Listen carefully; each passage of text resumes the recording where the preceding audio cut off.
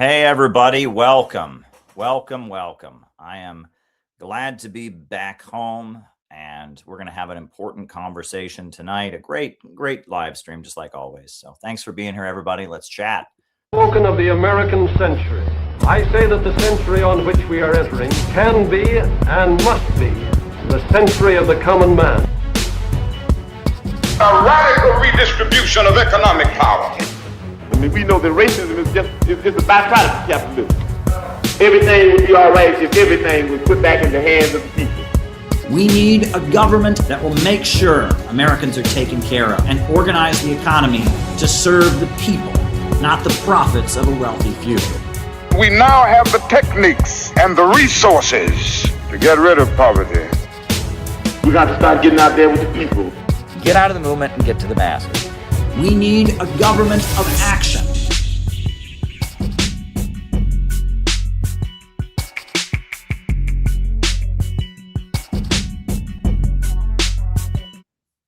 Welcome, everybody.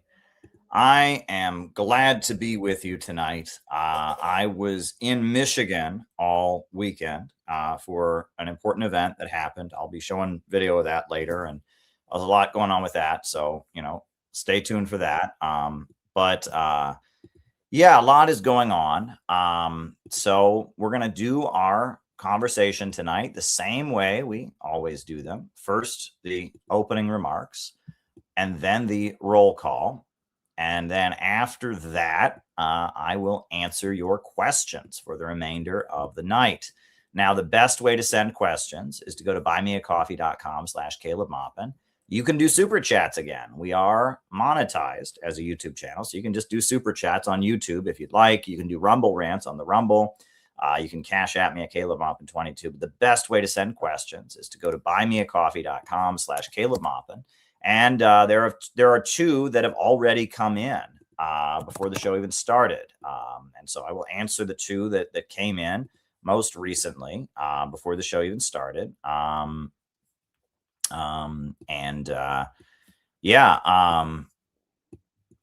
We'll do that.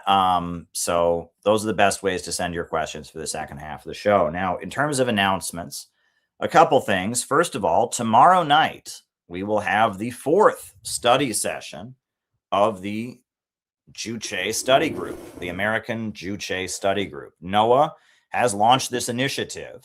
We published the book, Juche for American Workers. Juche is the ideology of the Korean Workers' Party, Kim Il-sung and Kim Jong-il.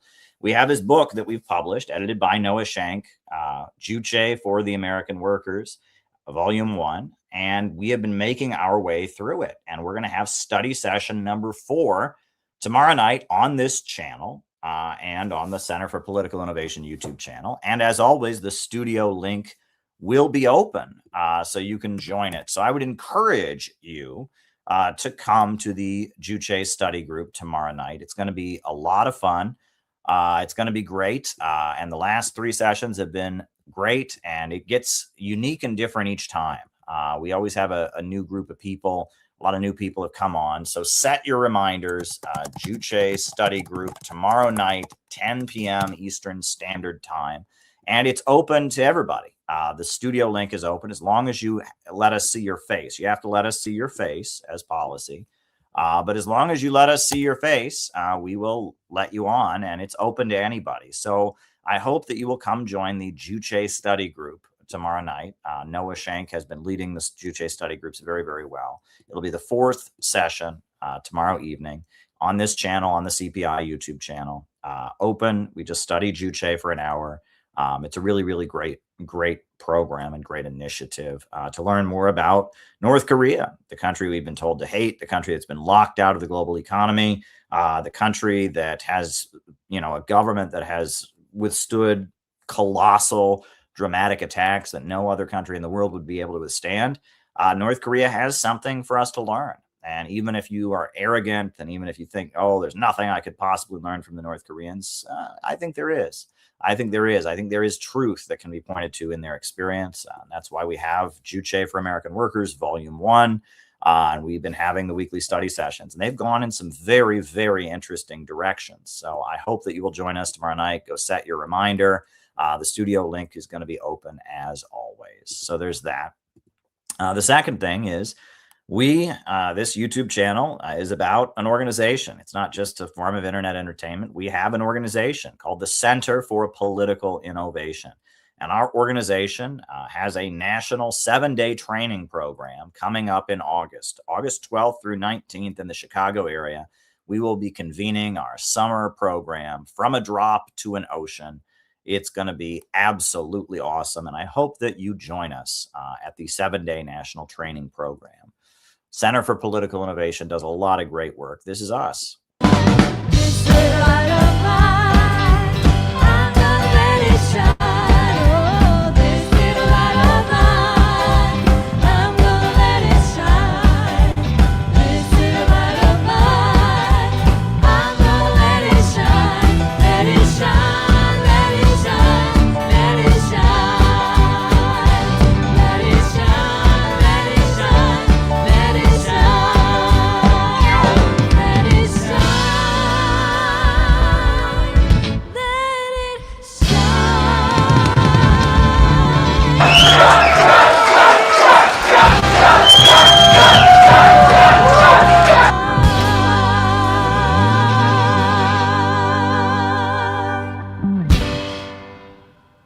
Yeah, that's us, the Center for Political Innovation.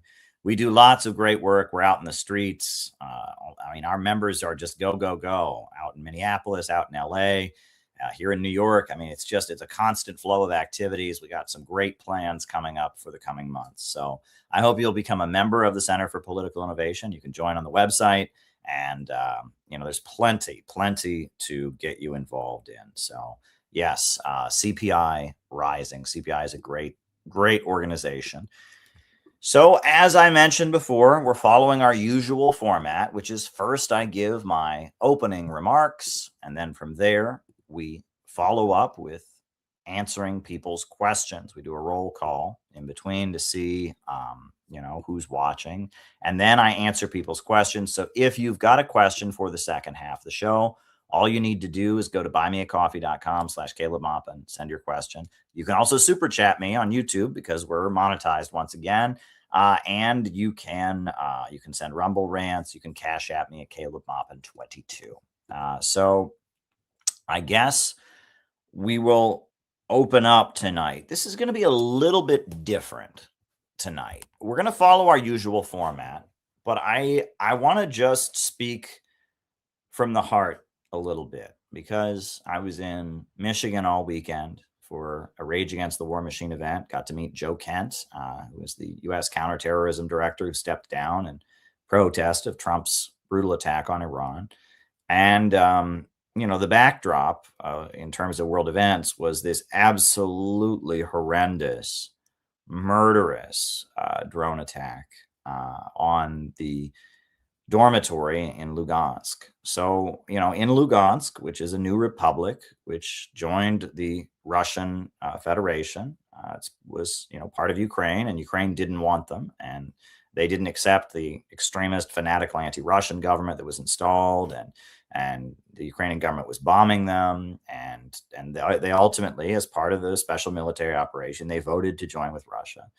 And there is a high school in Ukraine. These were all children, like a junior high school that was training young Russians in the new Republic of Lugansk to be teachers.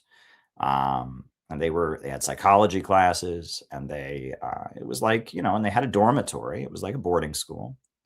They were there studying to learn to be educators, learning about child psychology and learning about how to teach. And these were young people that, were interested in going on to college and becoming teachers.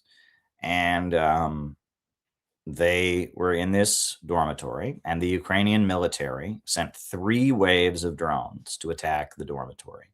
And they killed 21 of these young people. 86 of them were in the building overall, and they were pulling people out of the rubble all weekend. And at first it was only 6 dead, but the death count rose to 21 over the weekend. And you look at the images of what the U.S. government paid for and sponsored. I mean, it was just a murderous thing. I mean, this was not a military site. There was nothing remotely military. These were not adults. These were civilian children. You know, they're pulling their you know, the stuffed animals these kids had, you know, in their dormitories. You know, I mean, it's just horrendous what happened. And Russia has opened up the site to international media. And, you know, a lot of international media has gone, but CNN doesn't even want to look at it. And BBC doesn't even want to see it. Right? You know, how much hate do they put on the international broadcasts about, you know, the crimes allegedly, you know, exaggerated horror stories about Russia kidnapping children, about Russia doing all of this. But Russia here, a dormitory full of school kids has been killed, and Russia allows CNN to operate in Russia. And so they said to the CNN reporter, "We will take you to the site. We'll let you see what happened." CNN said no. They wouldn't look at it, wouldn't even look at it, let alone cover it. And the same for BBC. You know, they said to the BBC reporter, they allow BBC to operate in Russia. They said, BBC, we will allow you to go to the site of the killing. BBC said no, didn't want to see it. You know, and that just shows you how the selective outrage of American media, you know, when they want to pluck people's heartstrings, you know, they'll tell horror stories, but then when it is forces aligned with the United States that engage in crimes against humanity, war crimes, when they attack a children's dormitory, I mean, in the morning, in the night, while kids are sleeping, I mean, it was just awful. When they attack a children's dormitory when kids are sleeping, and they don't even bother to want to cover it. And if you look at the coverage that RT has been doing and that other outlets have been doing, you know, just showing in detail. Rick Sanchez was just there. I mean, just showing the world what the U.S. backed Ukrainian fascists are doing is just utterly horrendous, and it just causes pain. And of course, Russia has to respond militarily, and they are. They're engaging in what they call heavy retaliation, and they've shot, you know, a lot of missiles at Kiev in response to this horrendous attack. And what choice do they have? I mean, Russia has to respond. And, you know, this whole conflict wouldn't have even happened. Wouldn't have even happened if it wasn't for the fact that Ukraine has been doing this kind of thing since 2014. This is the Alley of Angels. Wikipedia banned. There's no Wikipedia page for this monument because they don't want you to know about it. But Wikipedia banned the monument, the Alley of Angels. They've been killing children in Ukraine since 2014, and Russia has to go in and protect them because these are Russian-speaking people. These are people that are defending World War II memorials, that are defending their right to speak the Russian language. And the response to them has been murder. And there was the Odessa massacre that happened in 2014, where they burned 42 people alive in the House of Trade Unions. And that this is what Russia is responding to. And you just think about that brutal inhumanity, right? That brutal cruelty and inhumanity. And many people are drawing a parallel to what the Ukrainian forces did to what the United States did at the beginning of the war on the unprovoked attack on Iran, when they blew up the elementary school in Manab. And it seems like this is a new tactic that the imperialists are using, is they engage in acts of brutality that are just so heartless and cruel that the hope is that it will just cause the country under attack to just submit, because they're just blown away at the sheer heartlessness of this, right? The idea, you know, I think it was intentional what was done at the Minab Elementary School, and I think it was also intentional what was done. I mean, it's clearly was intentional what was done at this school in Lugansk. And the idea is to just impress upon the enemy that we are heartless, we are ruthless, so give us what we want, because you'll never be able to reason with us. You'll never be able to trust us to make some kind of deal. We're just heartless murderers, so give us what we want. That's kind of the idea, is to just impress upon your enemy how inhuman you are, so that they they can get what they want. And it's just utterly sickening to watch this, right? And that that this is the work of Zionists, right? And make no bones about it. And I'm not saying this is the work of Jews. It's not the work of Jews, right? In fact, most of the people involved in all these operations are certainly not Jewish. And there's a lot of Nazi admirers among the Ukrainian forces. And but the forces that are aligned with Israel, and the forces that are tied in with this open international system, they see loyalty and defense of Israel as their project. And it's been revealed that Israel was involved in overthrowing the Ukrainian government in 2014, even though it was literal Nazis that were involved in the process. It's also been revealed that Israel has largely pushed the United States into this war against Iran that had absolutely no provocation. And so this is the heartlessness of Zionism as an ideology.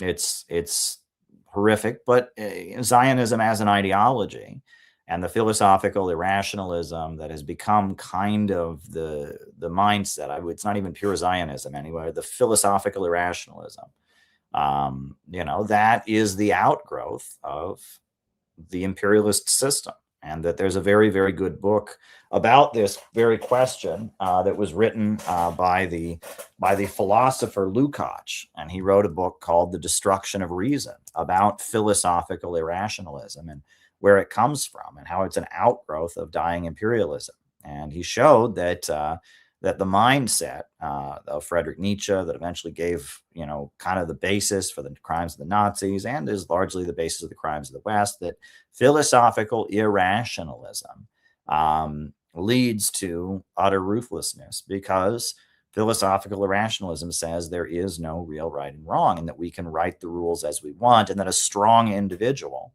is one who writes their own moral and ethical code and forces it onto the world and forces it onto reality, right? And postmodern thinking,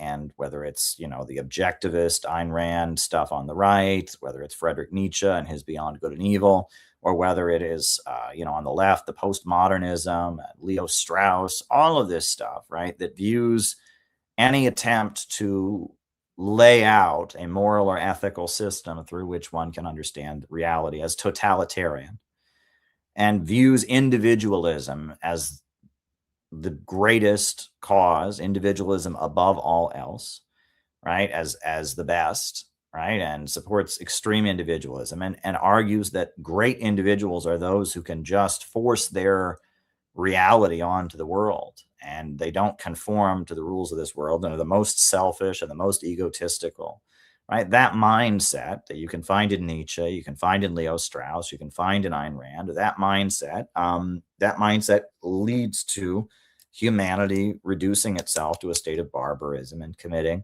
horrendous activities. And that's just something that we have to talk about. And tonight, I wanted to make tonight's stream not about all the horrors going on in the world, but rather, how do we survive and struggle to do good in a world where there is so much evil? How do we keep ourselves on the right path?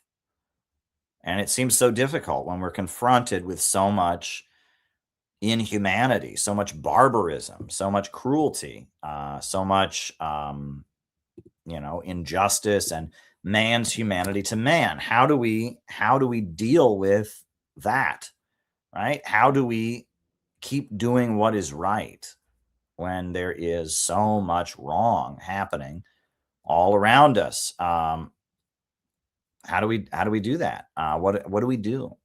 And that, innovationism, as we understand it, as we lay out in our book, What is Innovationism? That's kind of the introductory text for what the Center for Political Innovation is all about. It's not simply a set of political beliefs. It is also a set of principles.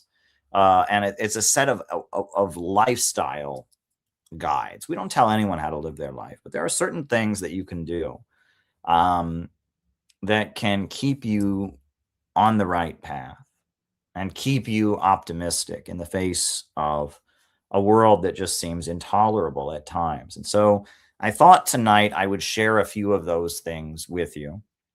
Then I would show you some video from this weekend, and then I would answer your questions. So the first thing that is a point of the Center for Political Innovation is that we are innovationists because we understand that human beings are unlike any other species. Ants have been making their ant farms the same way for thousands of years. Bees have been making their beehives the same way for thousands of years. And beavers have been making their beaver dams the same way for thousands of years. But human beings in just 5, 6, 7, 8,000 years have gone from hunter-gatherers in the woods to space travel and iPhones. And we have done it. We have done it because we are constantly reinventing our relationship with nature.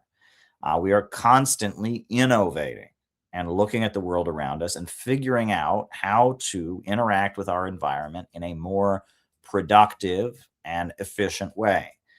Frederick Engels, he said, man, by his changes, masters his environment and forces it to serve him, whereas all other species simply interact with their environment. And the Bible talks about this. You can find this in the book of Genesis, right? It talks about how man, is given dominion over nature, to be fruitful, to multiply, right? And you can find that in the book of Genesis, that is the defining aspect of humanity. Human beings are the creative species. They are the innovative species. And that is the essence of what it means to be human. To be human is to be creative. To be human is to innovate. To be human is to ask big questions and wrangle with the nature of reality and take the world around you and improve upon it. That is what it means to be human. But yet, we live in a society where very few people do that. And in fact, we live in a society where everything is set up to try and drive us to do the opposite, to live only biologically. And that's a phrase that we in the Center for Political Innovation use, living biologically, because all those ants that have been making their ant farms the same way for thousands of years are alive. They are not dead. They are alive in the biological sense. And all those bees that have been making their beehive the same way for thousands of years, they are alive. They're not dead. They are alive in the biological sense. And the weeds in your garden are alive, and the dogs and the cats in your neighborhood and the rats crawling through the New York City subways and the squirrels out on the lawn picking nuts, they are all alive in the biological sense. But they are not alive in the human sense. They are living biologically, but they are not living spiritually. They're not innovating. They're not alive in the human sense. And we, as human beings, we have the ability to be innovators, to awaken, to ask big questions, and to change the world around us and to make the world a better place. We have the ability to transcend a mere biological existence. We have the ability to awaken. And that is something beautiful. But that is what our leaders are so afraid of. Because as we awaken, we'll displace them. They can only stay at the top so long as humanity stays below them. And they want to maintain their monopoly by holding back humanity. And that's what imperialism is. They go around to countries that are in poverty and they keep them under their dominion, and they suppress their industries, and they prevent them from being able to build up their own economy, and they keep them as an impoverished captive market. Whereas there is a big section of the world that has kicked imperialism out, has kicked the Western system out, and is trying to build itself up. These are revolutions where revolutionaries have decided that they will take history into their own hands and they will take control of the state. And they have built governments that come out of mass anti-colonial struggles where people take control of their country And once they take control of their country, they are able to mobilize society and state power to unleash and have growth. And that's what's happening right now on the African continent with the great African leader Ibrahim Traore. They broke out of the colonization of France. The French had nominally given Mali and Niger and Burkina Faso independence, but the people there still lived under the domination of French corporations. And the military of those countries decided to innovate, to break out of France's domination, to kick out the French, to make a deal with Russia and China.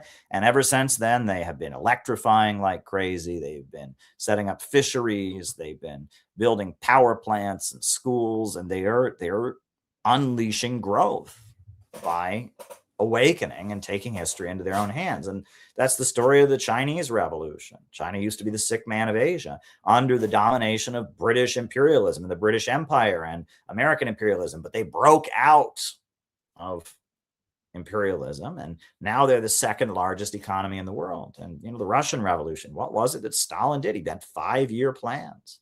Right, 5-year plans to mobilize the country to build, training people to become electrical engineers and architects and scientists, and inventing space travel and inventing the mobile phone, and doing so much, right? Building the world's largest power plants, right? That the revolutions that have happened throughout history are people refusing to maintain merely a biological existence and instead asserting their ability to intervene in the historical process, and thus asserting their humanity and changing the world. And with the Center for Political Innovation, that is what we strive to do. We strive for people to awaken and become aware of their humanity and embrace their humanity and embrace their ability to change the world with their actions, and to celebrate that. That is what the Center for Political Innovation is all about. And it's that understanding of how the human mind works and what we are doing. So much of our work is intended to shock people awake, to wake people up, to empower people, to let people know what their own strength really is, what they're actually capable of doing. And that's why we were out in front of the jail where Maduro was held with signs and a bullhorn. And that's why we blocked the No Kings rally. All those people at the No Kings rally in New York City, they were sheep, right? They might as well, instead of chanting, fuck Trump, they should have chanted, bah, bah, bah. That's what they should have been chanting, because that's all they were. They were just sheep. Bah. But we blocked the parade and said, Democrats can stop the war. Hands off Iran. Trying to wake people up. Trying to wake people up out of their biological existence and get them to realize that this ugly war that everybody opposes, Democrats, Republicans, red states, blue states, everyone's against this war. We can stop this war. We can actually stop this war.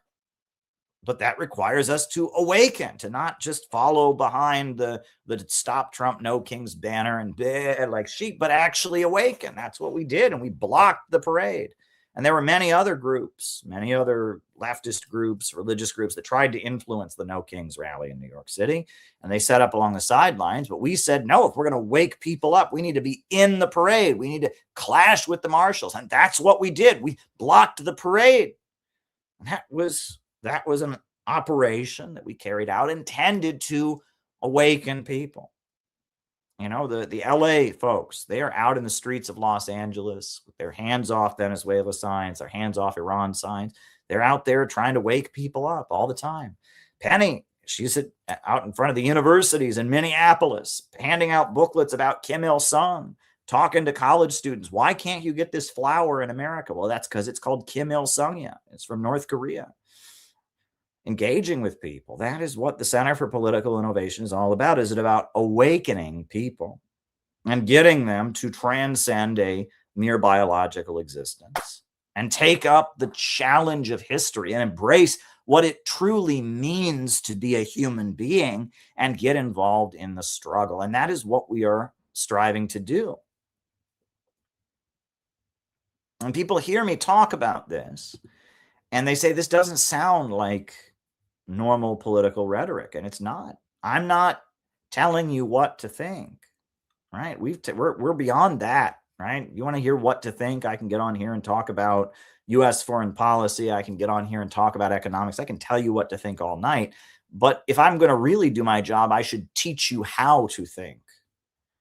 That's what I'm trying to challenge you to do, because if it was simply a matter of listen to me and do what I say, you wouldn't be able to do this yourself, would you? Right. And that there's too much of that follow the leader. Well, I think this just because I heard somebody smart say it. Well, no, I want you to know what's right. And I want to teach you how to think. There's a method. There's a method called innovationism. We're the city building tendency. That's what we called ourselves when we first began. We were the Center for Political Innovation, the city building tendency. And innovationism, the innovationist turn, came in 2024 for a number of reasons. But it came because ultimately we have to teach people how to think, and we have to be optimistic. And that if we just do the communism thing is actually pretty depressing. It's pretty resentment based, rage based, and it's pretty LARPy. And that ultimately we need a layer of people who know a method of thinking and a method of organizing that has been very effective. And if you look at what we have done as an organization, it's massive. And the reason that we are able to accomplish so much with a small group of people with not much funding, the reason we're able to accomplish so much is because we have a method, an approach that is unique. We celebrate humanity. So much of what calls itself activism on the right and the left in America is about hating humanity.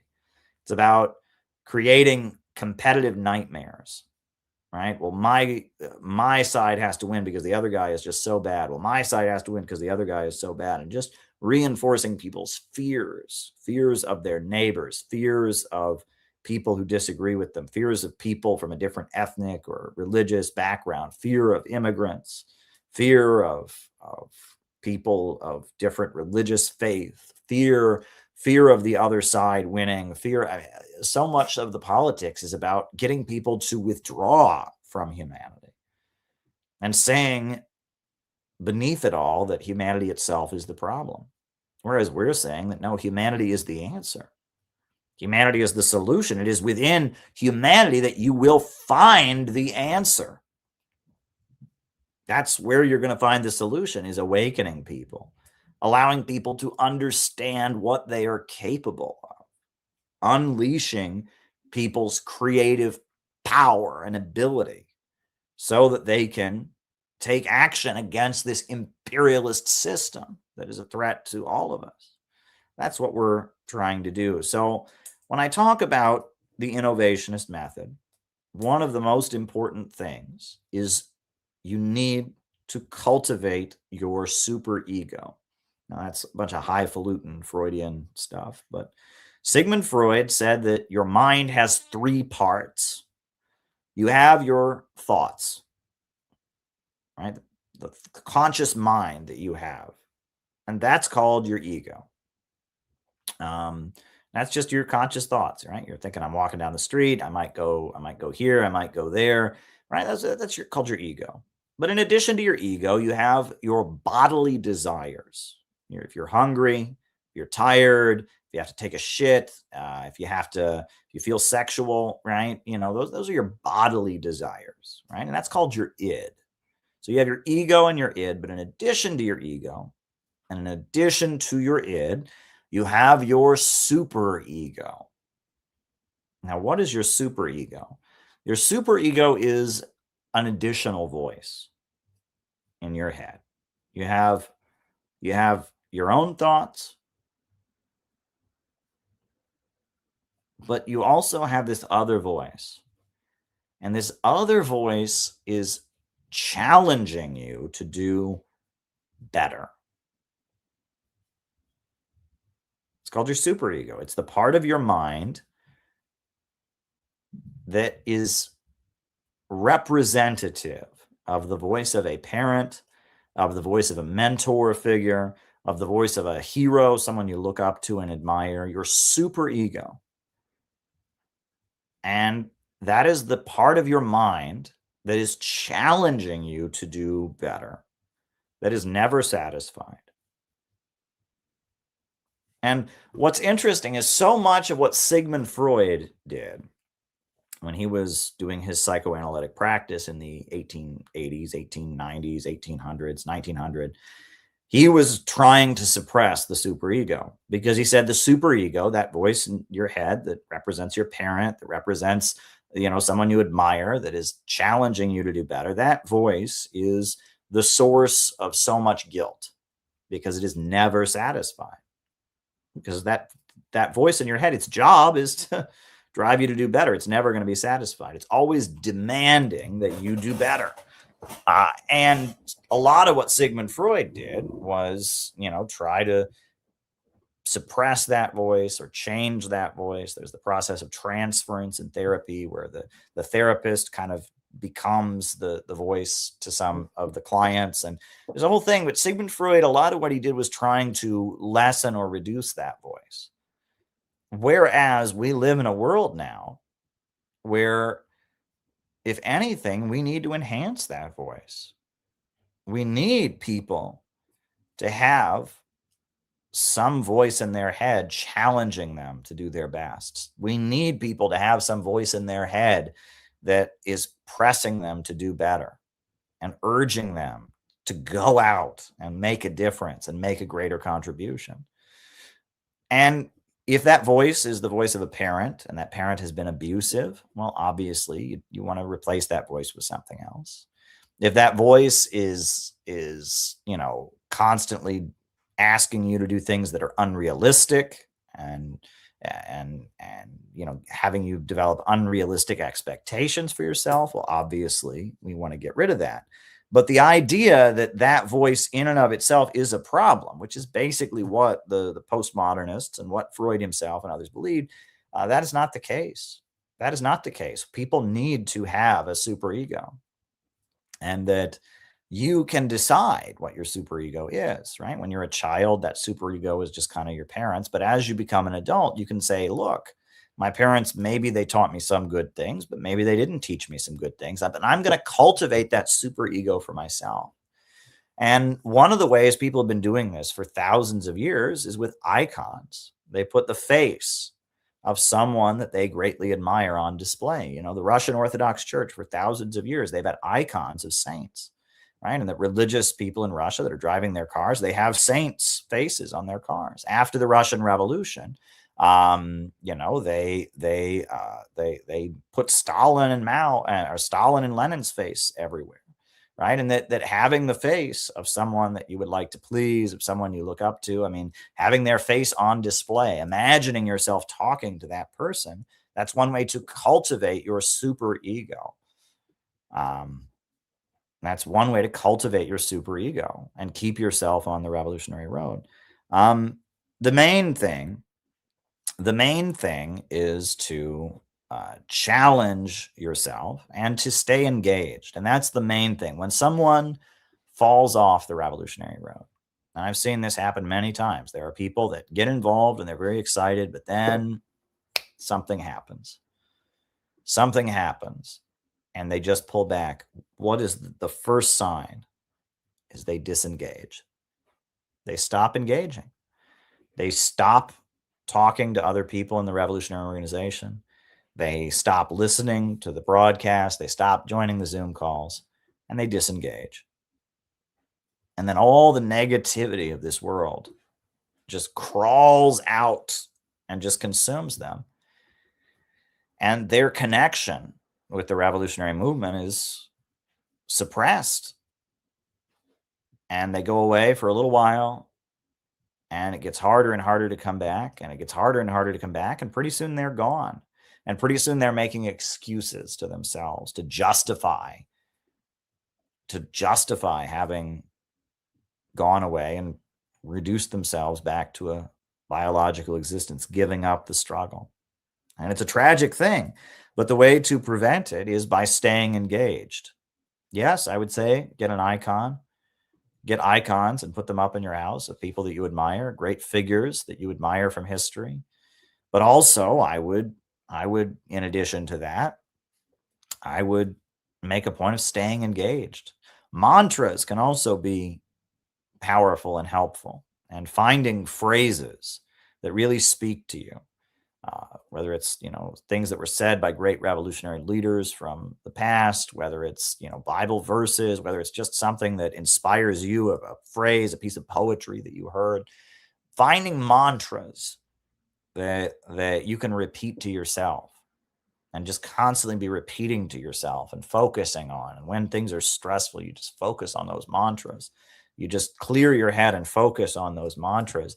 That can be a way of keeping yourself on the revolutionary road and keeping yourself from going into negativity.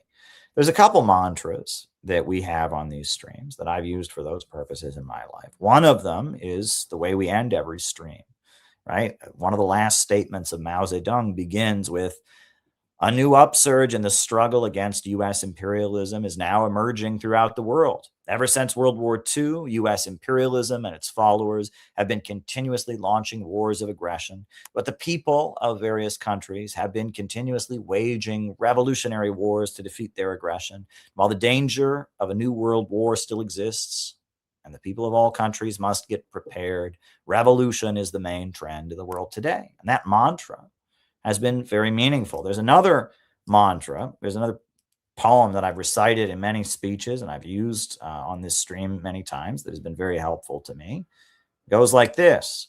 "On a busy street in a busy town, I saw them tearing a building down. With a ho-heave-ho and a lusty yell, the men swung a beam and a sidewall fell. So I said to the foreman, are these men skilled, like those you would hire if you wanted to build?" And the foreman just smiled and said, "No, indeed.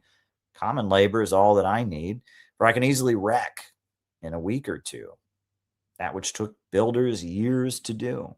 So I thought to myself as I walked away, which of these roles have I tried to play?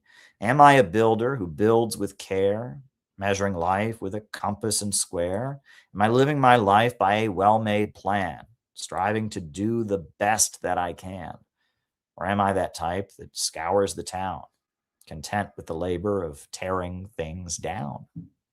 And maybe the words that you find, the mantras that you find will be, different. I don't know, but finding words that can give you power, words that can give you power, and reciting them can also be a way of finding peace, etc. But it is a challenge. We live in times that are very trying. And I was hoping, that there would be some kind of peace deal to end the war in Iran.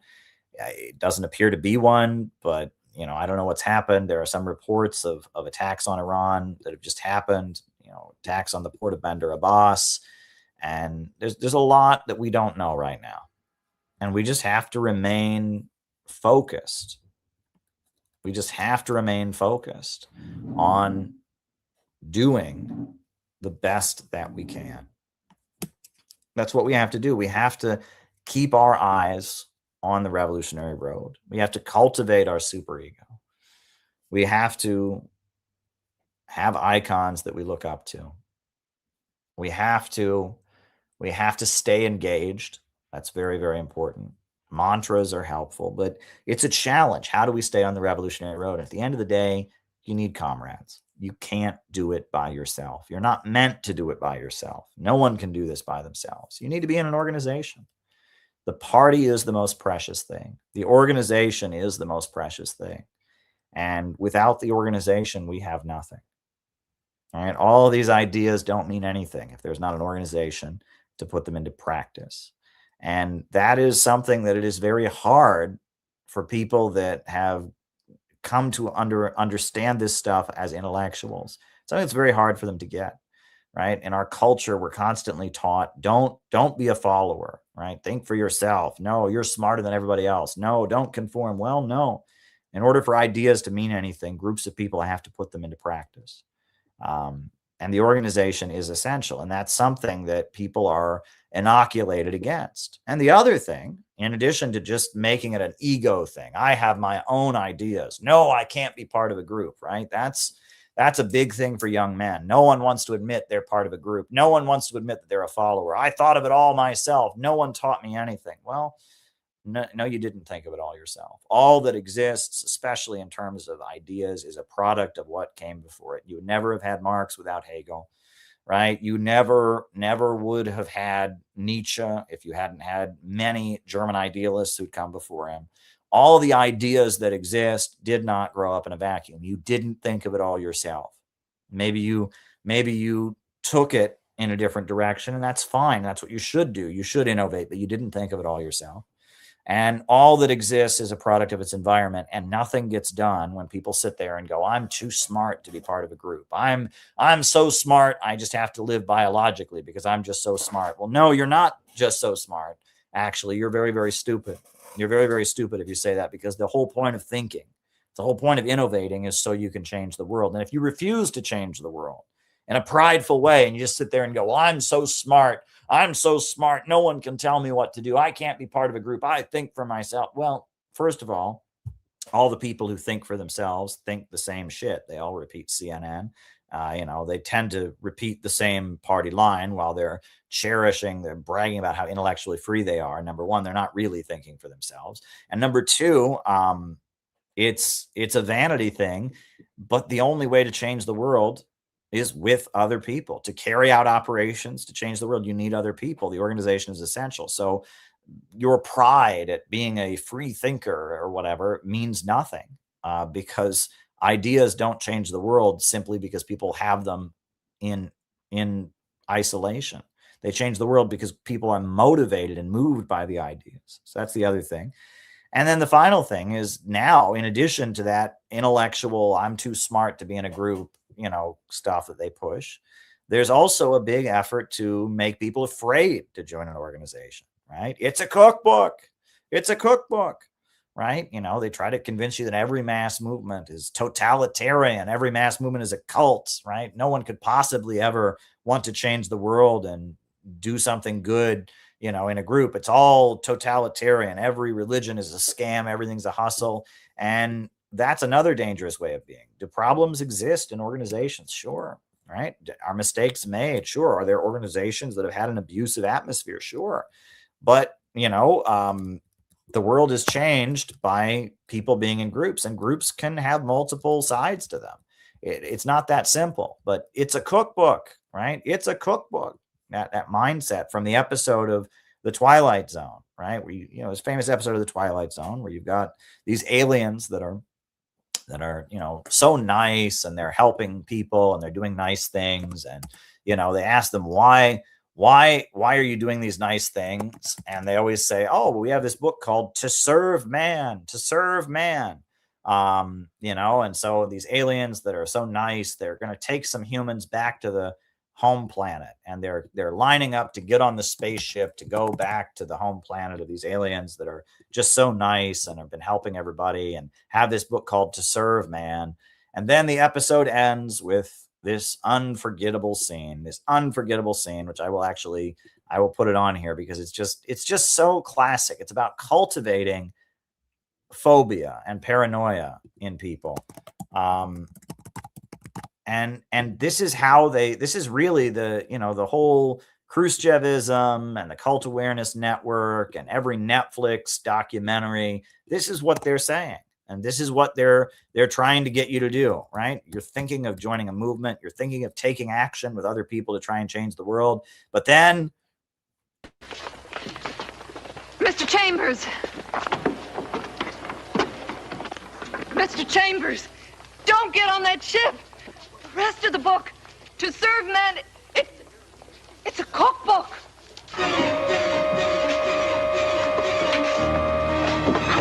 No!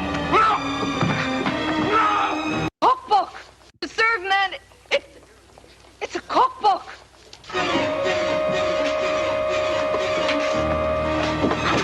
No! Yeah, that's what they want you to think, right? I mean, and people are just trained. People that have just been inoculated and indoctrinated with this liberal anti-communism their whole lives, they get involved in an organization, and they're just waiting for the moment that something goes wrong, and then they can shout, it's a cookbook. Oh, it's a cookbook. Well, it's not a cookbook. People make mistakes.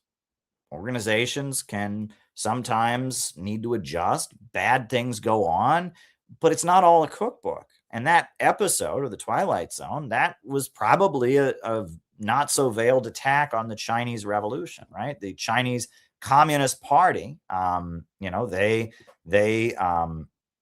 they took power in 1949, and their slogan was to serve the people, serve the people.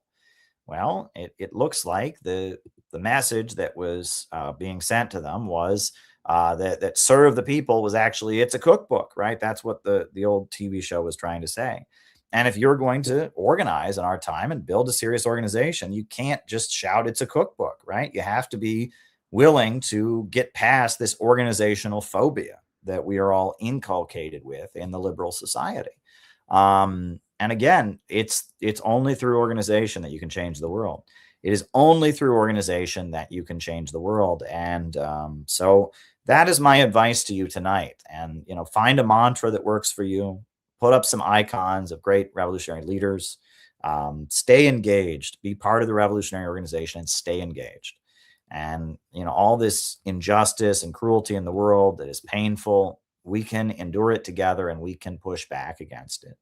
But we need an organization. We need an organization. And we, at the Center for Political Innovation, we are an organization, and we are trying to change the world. And, we have made the commitment to being in an organization and not just shouting it's a cookbook whenever something goes wrong, but actually staying on the revolutionary road, as hard as it might be.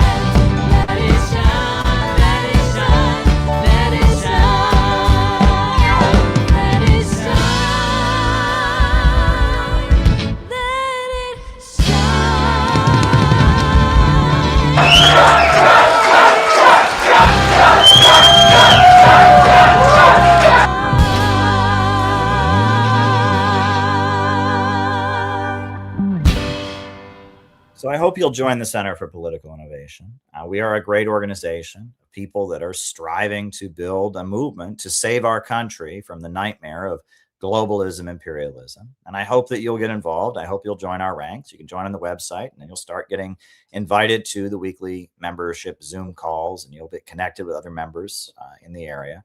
We do a lot of great stuff, and we'd love to plug you in. Now, there are two more things I want to talk about on tonight's stream. The first one is I want to show my RT report from Grand Rapids, Michigan. I went to Grand Rapids, where the Libertarian Party's National Convention was happening. And on the margins of the Libertarian Party's National Convention, they had a reception for Joe Kent. Now, unfortunately, I wasn't able to interview Joe Kent, but I did get to attend the event where his speech was, and I did get to interview a number of people, including Alex Jones' son, Rex Jones, right? His 23-year-old son, Rex Jones, who's also a broadcast journalist. He was there. He gave a great speech. I got to talk to Scott Horton, a very important anti-imperialist, anti-war writer. I also got to speak to Ivan Racklin, who was a very important figure in the Stop the Steal protests for Trump. And, he's against the war in Iran. And he says that Trump is, completely alienating his base. And this is my report from the Joe Kent event in Grand Rapids. Now, this is my RT report, what they showed on RT. I have a much longer video with the full interview with all the people I interviewed and Joe Kent's entire speech and all of that. That'll be uploaded very soon. I just need to finish editing that. But this is the report that just aired on RT. Asking whether Israel has too much influence on the decision-making in the White House. RT's Caleb Maupin heard about those issues and more at the Libertarian National Convention. We're here in Grand Rapids, Michigan, where the Libertarian Party's national convention is taking place. Now, the guest of honor at tonight's event is Joe Kent, the U.S. Director of Counterterrorism, who stepped down to protest Donald Trump's attack on Iran, which he said is totally unnecessary, unprovoked, and wrong. I personally believe that President Trump can see that we are in a very bad way because the results don't lie. Straits of Hormuz was open before, now the Straits of Hormuz is shut down. The price of the pump is skyrocketing. There doesn't appear to be a military solution because if there was, President Trump would simply execute the military solution. I really don't see a clear-cut way out of this. A recurring theme in the presentations was the power of the duopoly, the Democrats and Republicans, both parties dominated by pro-war voices, while the American people overwhelmingly do not want new wars. Particularly with Joe Kent coming out and saying, hey, the lobby, Israeli government, intel services and their affiliates are the ones driving foreign policy in the White House. President Trump is trying to secure a peace deal because he's seeing that he's losing support.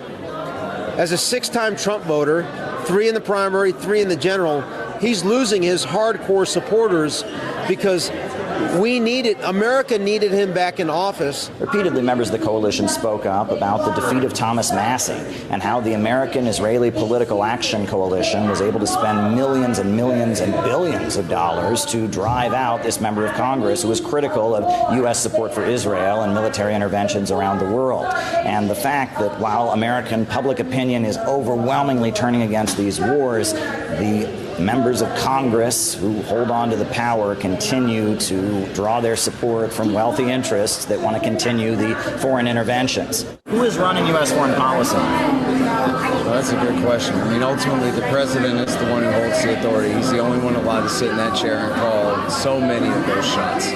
So that is, he's not just a figurehead, right? Like, that is the legit answer. But that's also maybe the more narrow answer. Overall, the system is geared towards Israeli, Zionist goals, right, for a greater Israel, aligned with, of course, big industries like arms sales, and in some cases oil, although I think speakers highlighted the fact that the USA has the largest military budget of any country in the world by far. Yet, areas like this one, here in Grand Rapids, Michigan, have been let to rot. Education is being cut, roads are falling apart, but there's more and more money for war, bombs and death and destruction around the world. What about all the people who voted for Trump because they wanted to end wars? Where do they go now? I mean, that's me. That's my coalition, right? That's why I'm so outraged about everything that's happened. I supported that man for a decade straight, and what do you tell the average American that saw the political ads, that saw the trailers saying no new wars, no neocon wars in the Middle East? I mean, he went over to Saudi 6 months before starting this war and literally promised them a complete departure from the policy of the past. Come to find out that's all a fake out. It just makes us feel like we got played, and it's building this new coalition that really matters. You're witnessing kind of the infancy of that. Now, the event was held on the margins of the Libertarian Party convention. That's one of the parties that challenges the 2 major parties, the Democrats and Republicans, on the ballot. And the Libertarian Party has taken anti-war stances. And Libertarian candidates, as well as others running for office on an anti-war platform, took to the stage alongside Joe Kent to say it's time to vote out the pro-war duopoly that dominates American politics. Caleb Maupin, RT, Grand Rapids. Yeah, so that was my report. So keep your eye out for the big report. Long interview with Scott Horton, long interview with Rex Jones, long interview with Ivan Racklin, and Joe Kent's great speech that he gave. It'll be a great report that comes out. So I just got to finish editing that. So that'll be in the next few days. So keep your eye out for that. So tonight, I wanted to end my opening remarks tonight with a tribute to Tulsi Gabbard, because, I did a slideshow on Friday about, why Tulsi Gabbard really left and where she comes from and her religious background and how that leads her to her illiberal positions and why, the whole story there. And that slideshow has really, I have gotten a lot of feedback on it. I'll tell you that. I mean, it was on, the live stream on Friday night, and it was on YouTube on Sunday. And I mean, the views are just rolling in, and I have gotten so many emails, and responses to it, and people found it very enlightening. And I think what people liked about it was that there's a lot of material written about Tulsi Gabbard's religious background that is, more or less, right? It's more or less written, in order to be like the Twilight Zone. It's a cookbook. Whereas I gave a real analysis of Chris Butler and his movement and his teachings and why that would lead Tulsi Gabbard to take an anti-war position. And because that would, that ties her with different forces around the world. And even though those forces are not, like the anti-imperialist camp, they're forces that are more independent, and that this is an illiberal movement that emerged and, set up a foothold in the United States during the Cold War for various reasons. And, people found my insights into Tulsi Gabbard's religious background and the politics of India and the geopolitical connections. People found that to be very insightful. Now, we don't know. We still don't know for a fact that Tulsi Gabbard left for any political reason, though that seems to be everyone is saying that, right? Officially, she left because of her husband's cancer. But Laura Loomer is claiming that she's set up a bunch of political action committees and she's running for president.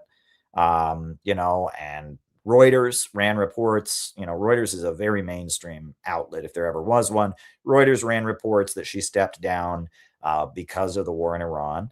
And Max Blumenthal got inside information that RFK's daughter-in-law, who is also was serving in Tulsi's office, quit 2 days prior, and it was about the war in Iran. So there seems to be a lot of credibility to the argument that this is actually about the war in Iran, but we really don't know that. We don't know what's going to happen. So now that Tulsi Gabbard is no longer the director of national intelligence, she'll be stepping down pretty shortly, and now that she's on her way out, I wanted to just talk about something that I like about Tulsi Gabbard that isn't exactly political, right? Because look, there's many things to criticize Tulsi Gabbard for. I mean, she's made apologetics for Israel that we don't appreciate. She's not been there in the way that a lot of us really hoped she would be there as an anti-war voice. We appreciate that she revealed that Russiagate was a hoax. We appreciated that. And there's hope that right before she leaves office, she may reveal, a lot more information about the deep state and COVID and stuff like that. But we don't know. But one thing about Tulsi Gabbard that I find very attractive is that she talks about her religious beliefs as a politician in a beautiful way. Because when I was growing up, there was a lot of people that talked about their religious beliefs in politics. And there was a lot of people in my life, I grew up in a very small town, who talked about their religious beliefs in a nasty way. Okay. One example of this was the war on Christmas, right? My senior year of high school, Bill O'Reilly had this whole big campaign about how offensive it was that some stores were saying happy holidays instead of Merry Christmas. And there were all these people at my school that were, they put up signs, it's God's day, deal with it, and, and boycott these stores, and, and it was, and that there would be, we would be having an assembly for Thanksgiving or for the graduation or whatever. And a principal or the town mayor or somebody would get up, and there would always be, I believe in God. And it was almost like they were saying, I believe in God and fuck you if you don't, right? That's basically what they were saying. And it was nasty. And it was like, well, we're good and you're not. And, it came across in this kind of nasty way of like their belief in God was a way to be a conformist, and it was a way to kind of bully people who didn't agree. And I never liked that. And that was kind of what drove me to be an atheist, was that I just didn't like that. I felt like the way people flaunted religion, they were flaunting it in a way that was intolerant, almost bullying.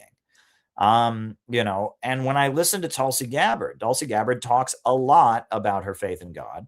It is never done that way. It is never in this nasty, angry way. It never has any of that tone. It's almost the opposite. She talks about it in a very humble way. She talks about it as if it is like a very intimate part of herself that she would like to share with you. She talks about it as something that can bring comfort and peace. the way Tulsi Gabbard talks about her religious beliefs is not prideful. It's not intolerant. It's not arrogant. It's just very, very sweet. And I've always liked that about Tulsi Gabbard. And Tulsi Gabbard is a Krishna, right? She is a Hindu. She's a follower of Chris Butler's Science of Identity Foundation. And I found this video, and it's not a short video, of her performing. She led chanting for her religious community, for the Hare Krishna community in New York City. They had an event, and I don't know if this was her religious community. It was one of the Krishna communities invited her. And she led her religious community in chanting the name of God, right? The Hare Krishna religion believes that one should say God's name, right? And they believe God's name is Krishna, right? And that George Harrison, after he converted, he had that song, My Sweet Lord, where he had the people in the background sing Hare Krishna, and then also say, like, praise Jesus and praise God, and so it was like ecumenical, right? Because they believe that there is one source and that all religions are praising the one God. For thousands of years, people in India have been chanting the name Krishna as a way to bring peace. And I found this, when we talk about mantras, right? This is a mantra. It's a very simple one. They're basically just saying, praise God, basically is what they're saying. Krishna is their God, and they're saying, praise God. And I found Tulsi Gabbard leading this is a 16-minute clip of her. They bring her up to the stage, and she leads her religious community and she sings. And this is the religion she grew up with. I mean, she grew up in Krishna, right? In Science of Identity Foundation. And it's just a beautiful clip. And I think the person who posted it may have posted it with the intention of, like, exposing her. Oh my God, she's a crazy religious person. And you watch it, and there's something about this is illiberalism, right? This is a group of people that she's leading and chanting the name of God. And they speed it up and they slow it down. And it's a group experience, and people are transcending their individualism and becoming part of a body. And that's what's beautiful about illiberalism, is people give up that isolation, that self, and they become part of a movement. And it's a movement that can change the world. And so I saw this clip, and I mean, I'm not a Krishna, I'm not a Hindu, but this clip really moved me. And so as a tribute to Tulsi Gabbard, I'm going to put this on. I'm going to put it on, and if you can then send questions for the second half of the show for me to answer, the best way to do it is go to buymeacoffee.com/Caleb Maupin. That's the best way to send questions for the second half of the show. You can send super chats. We already got one super chat already. It was about a topic I meant to talk about earlier, so I will actually talk about that. You can do Rumble rants, but we're going to play Tulsi Gabbard and this beautiful moment that happened in a public place in New York City when she was with a religious community. We're going to play that, and it's long. It's not a short clip. This is a long clip, but think of a question to ask me while you do it, and we're going to put this on. It's about 16 minutes of Tulsi Gabbard engaging in a group prayer experience. It's absolutely beautiful. And then after that, I'll do the roll call, and then I'll answer any questions people have. So here we go. Send a question. Here we go.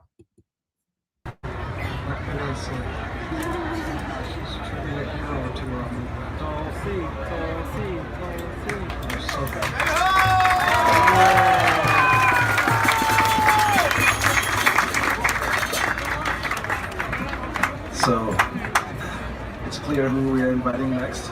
Please give a warm welcome to U.S. Congresswoman Tulsi Gabbard.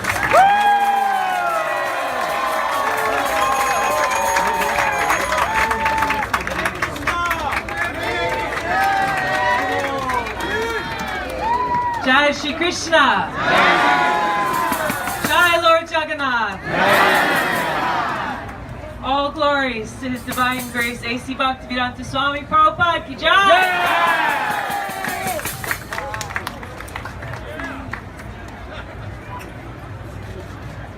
I'm so grateful to be here with all of you today to celebrate Ratha Yatra. It's so nice for me to be able to set politics aside just for a few minutes and to be able to rest my mind and my heart in the most wonderful names of God and His unconditional love for all of us. My husband's going to join you. We'll lead a little kirtan. I hope you'll join us.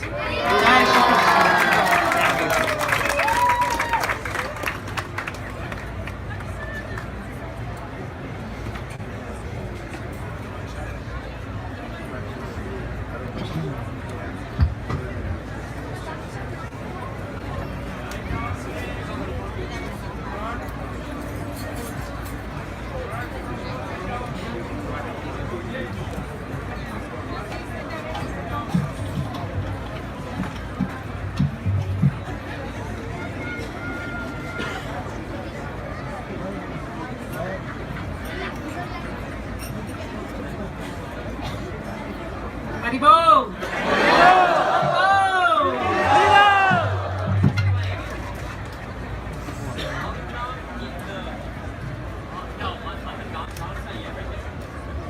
Prabhu.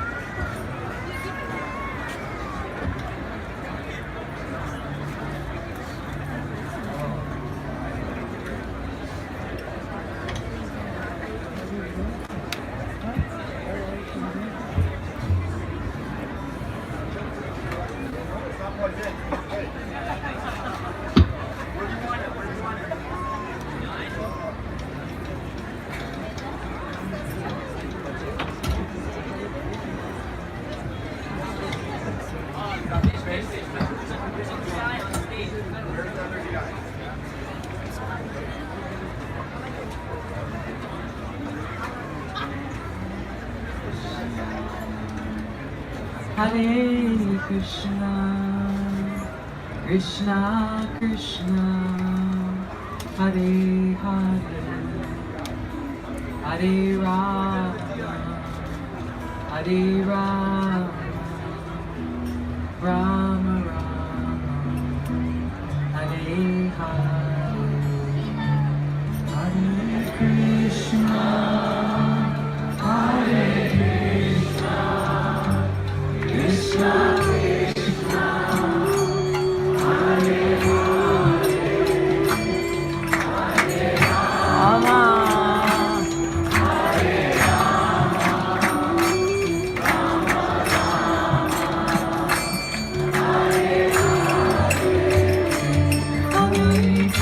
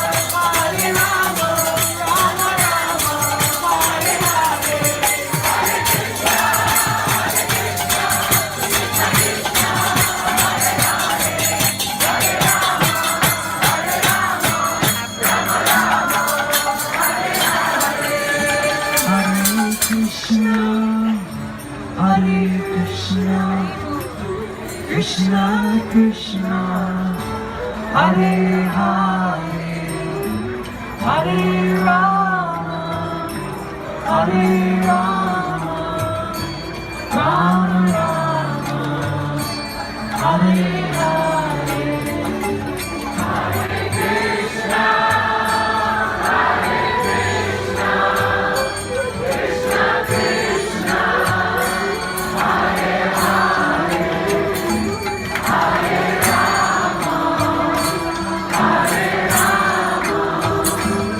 Rama Rama, Hare Hare, Hare Krishna, Hare Krishna, Krishna Krishna, Hare Hare, Hare Rama, Hare Rama, Rama Rama, Hare Hare,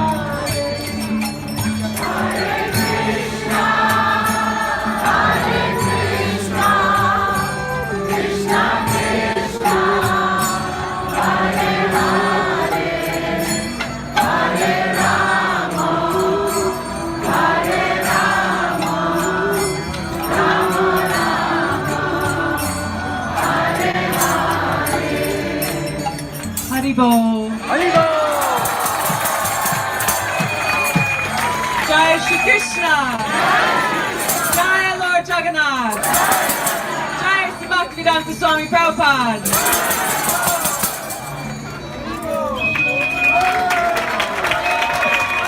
Please give a round of applause to Tulsi Gabbard.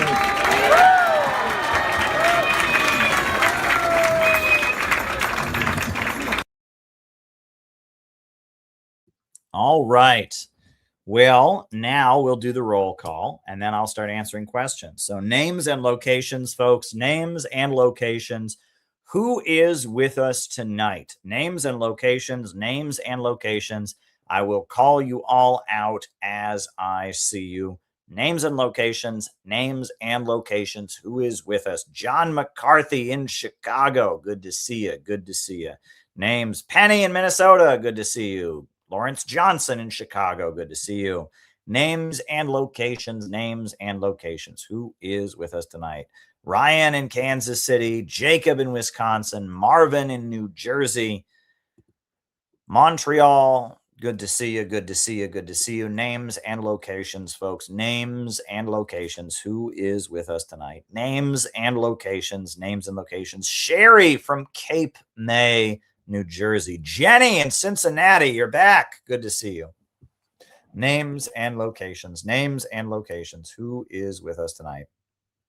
Names and locations. Who is with us? Who is with us? Who is with us? Names and locations. Names and locations. Brooklyn in the house. Philip is here. Good to see you, King Philip.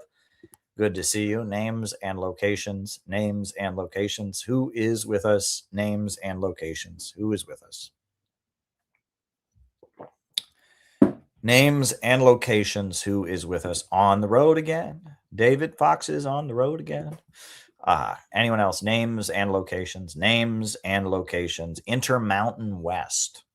All right. I don't know what that means, but names and locations.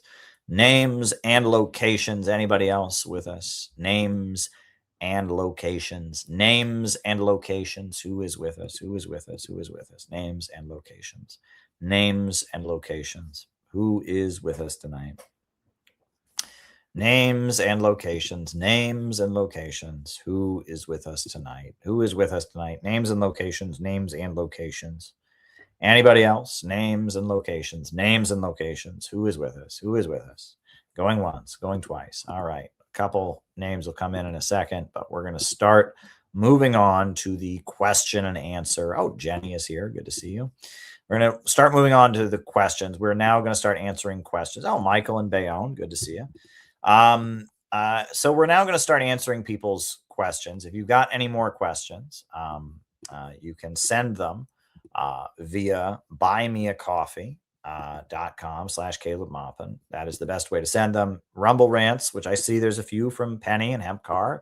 Rumble rants will be answered.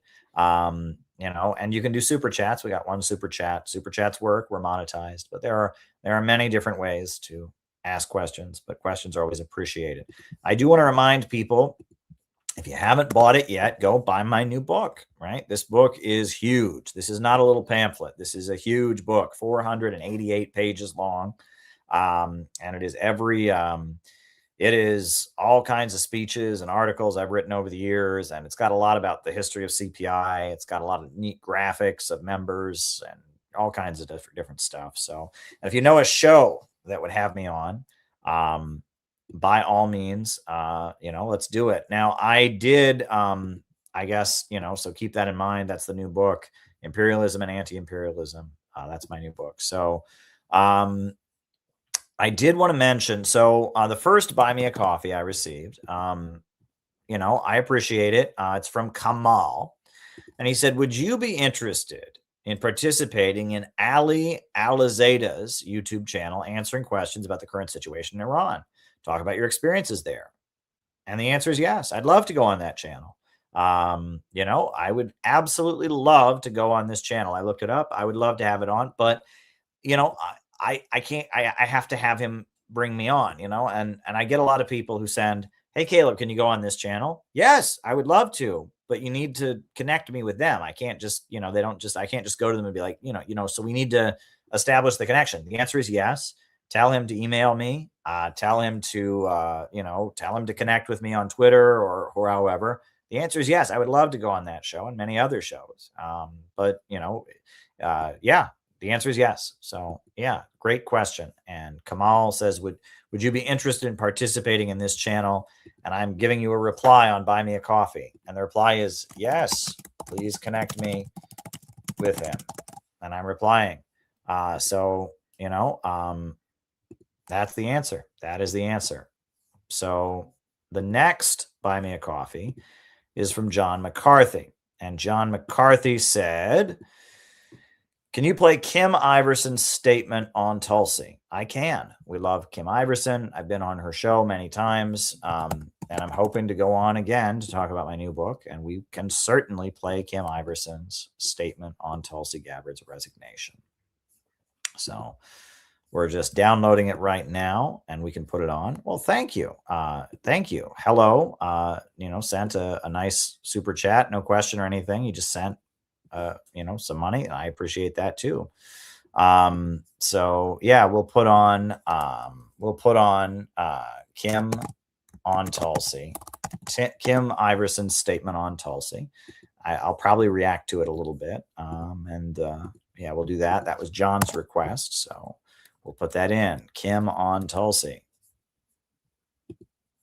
Is sad. Tulsi Gabbard is resigning from her position as Director of National Intelligence because her husband, Abraham, has been diagnosed with a rare bone cancer. And this is sad because I have personally known Abraham, Abe, and Tulsi, even though Tulsi and I have had a falling out over the years because I've disagreed with many of her positions, the way that she has conducted herself outside of office and now inside of office. I've had many disagreements with her after supporting her quite a lot. We've had a bit of a falling out, but I will say that Abraham, her husband, is one of the nicest, most genuine people I have ever met. Tulsi's also very kind. I've just had policy disagreements with her, which have unfortunately, I guess, turned kind of personal. Those of us that, you know, were around her when she was the anti-regime change candidate are pretty damn disappointed. I wish Tulsi would have resigned way before this point. I wish that she would have resigned when the Iran war broke out. But I just want to say, I hope the absolute best for Abe, for his family. And this couldn't have happened to a better person. I mean, he really is one of the nicest, kindest, most genuinely helpful people. And I wish him and her only the absolute best in this fight. And I really mean that. Now, that's great statement. And, you know, one of the problems I will say with the internet is that every disagreement is out there and every disagreement turns into a battle royale, you know, and that, you know, yeah, there's a lot of us who were very, very excited about things that Tulsi Gabbard said. and have been very disappointed by how she has governed, but have appreciated the good things that she did, like revealing that Russiagate was a hoax, that, Russia was not in any way responsible for Trump winning the 2016 election, like raising awareness, and I thought that was a very, very principled answer that Kim gave. And I mean, I appreciate that about Kim. So yeah, I mean, and that, that's my hope is that, and that, look, changing the world is not an easy thing to do. And that, what we can do out in the streets as activists, what I can say here on this YouTube channel, and what she can say as the intelligence director, and what she believes is clearly very different than what I believe. Right. And what she can do in her job is very different than what I can do in my job. And that, everyone has a different role to play, and that people can do good and not do it in the same way that you do. And that's one thing that I wish people would understand in general, is that, we all do different things, and that just because someone is doing different good than you doesn't mean they're not doing good. And just because someone chooses to do good differently than you doesn't mean they're not doing good. The other day I was very viciously attacked by somebody who really supports Cuba. Really supports Cuba, has been to Cuba many times, and is an bitter old communist. And I helped out a friend of mine who's Cuban, actually a Cuban American, and he decided to make that public and say, "Hey, Caleb, help me out," which that was a nice thing for him to do. And then, he, this old communist who's really pro-Cuba left a nasty comment about me. And what's ironic is I had just gotten on the air to speak to millions of people on RT to tell the truth about Raul Castro. And it's like, I can guarantee you far more people heard me on RT talking about Raul Castro than heard her standing in downtown Detroit with 10 other old communists, And it's like, I'm doing good for something she cares about, but I'm doing it, differently than she might like. And so, and that's the problem is, it's like, okay, so do you want to help Cuba? Is Cuba important? Okay, well, I'm helping Cuba by exposing the truth about this indictment against Fidel Castro. Don't you appreciate me doing that good? Well, I'm doing it differently than you. I'm not doing it by being a part of a decaying old Marxist-Leninist group that tails the Democrats. I'm doing it in a way that I think is more effective, and that, it more suits me. This is what you can do. You've been in this old commie group for a million years. This is what I can do. And you may disapprove of other things I do, but, we're on the same page about an issue that is very important to you. So why are you making me your enemy? But anyhow, I just wanted to get that out there. And that kind of brings us to this next question. Look, and this is kind of another case where we got to be principled. So, Medea Benjamin, who is actually somebody that has done a lot of good work in her time and is actually very, very on point with wanting peace. Sometimes she can be a little liberal, and she's not exactly where I'm at in terms of every country, et cetera. But overall, she wants non-interventionism. Medea Benjamin has been subpoenaed, and so has Hassan Piker. And, they've both been subpoenaed. The allegation is that when they went to Cuba, they somehow violated U.S. sanctions on Cuba recently. We have to oppose this as a matter of principle. We just have to oppose it. It's wrong. And Medea, I don't have an issue with. Hassan Piker, I'm really not a fan of that guy, but doesn't matter. I mean, what they're doing, the fact that he would face any persecution for visiting Cuba to try and oppose the sanctions on them has got to be denounced. We got to defend them as a matter of principle. And the same goes for PSL. And PSL, Congress has sent them letters and stuff about their relationship with Roy Singham, and we have to oppose that as a matter of principle. We can't play this game of we're okay with the government persecuting people for bad reasons as long as it's people we don't like. We can't do that, right?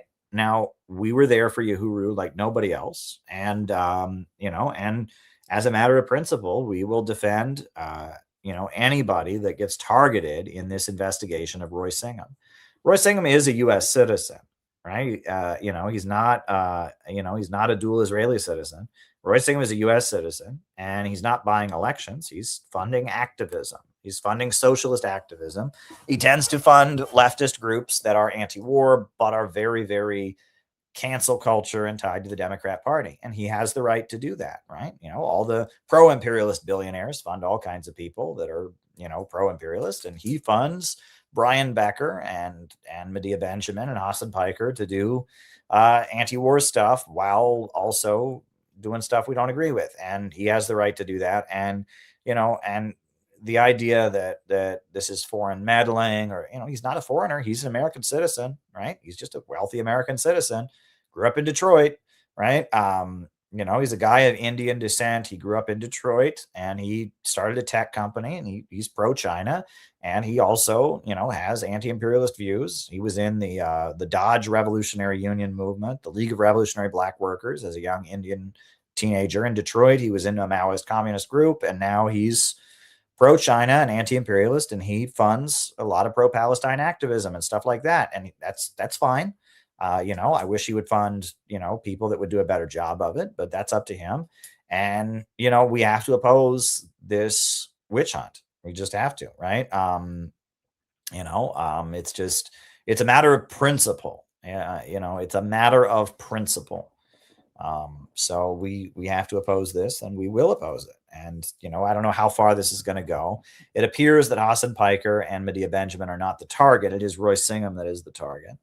But we will oppose this, and that's that. I mean, it's just in order to maintain our principles. Now, a lot of people like Nick Cruz and others have been saying, where were these people for Uhuru? Well, I've been saying that since the beginning of the Uhuru case. Where were these people for Uhuru?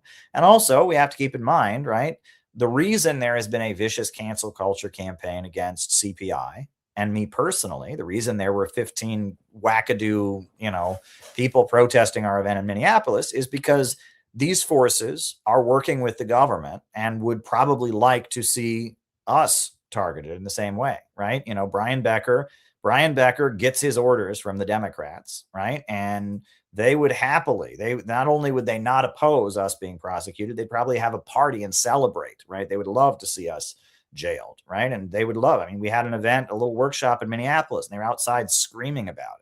I feared for my personal safety covering the protests in Minneapolis, and I'm not even I don't even support ICE, but because I'm who I am, right? And these people have launched this vicious hate campaign against me, but